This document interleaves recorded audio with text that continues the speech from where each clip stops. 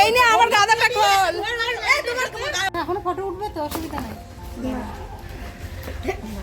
ক্লিপটা দে না, তুমি কাকে খুঁজছো সেটা বলো।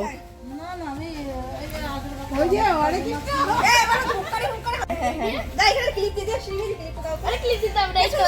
না না, তুই ধরবি না, ধর।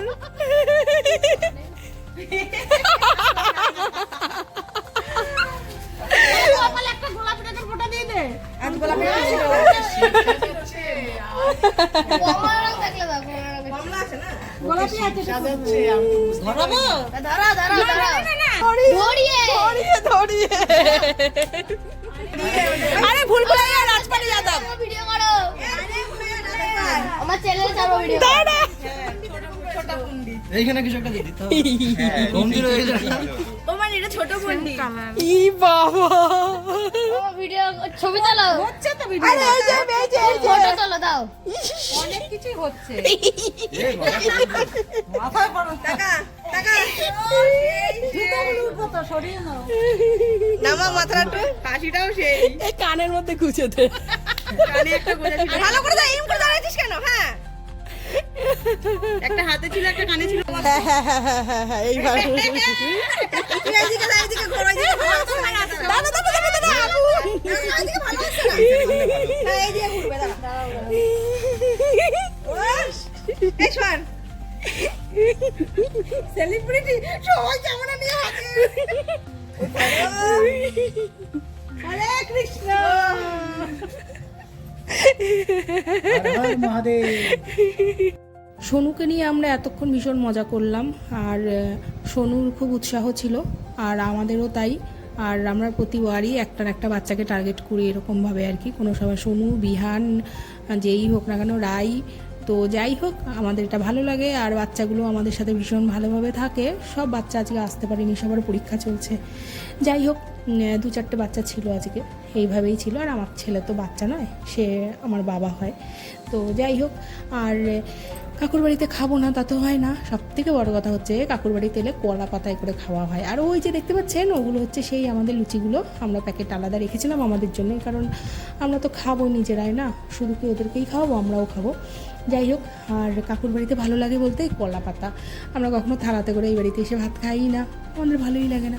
যাই হোক, আর কাকু ভীষণ পরিমাণে আমাদের জন্য অনেক কিছু করে, কাকিমাও। বিষয়টা হচ্ছে এদের বাড়িটা অনেকটা বড় বাড়ি।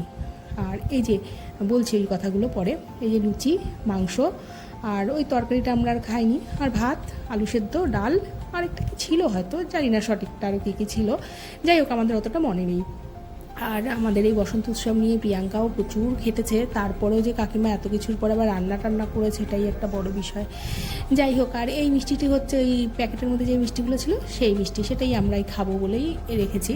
কেমন হলো, কেমন করেছে না করেছে। আর আমাদের মধ্যে নতুন এসছেন ওই রায়, দেখতে পাচ্ছেন, রায়ের স্যার, শঙ্কর নাম, ও নতুন এসছে। আর এই যে বরুণকে তো অনেকেই চেনেন, সৌভিক খেতে বসেছে, আর এদিকে মৌ, রিয়া আর আমি। আর যাই হোক, যেটা বলছিলাম, কাকুদের বাড়িটা অনেকটা বড় বাড়ি, আর ওদের পেছনে একটা বড় ধরনের পুকুর আছে, আর প্রচুর বড় একটা বাগান আছে, অবশ্যই বাঁশবাগান আছে, আর একটা জঙ্গল আছে। মানে এত বড় বাড়ি তো তাই হয়তো অনেকটা বড় একটা জঙ্গল আছে, প্রচুর বড় বড় গাছ।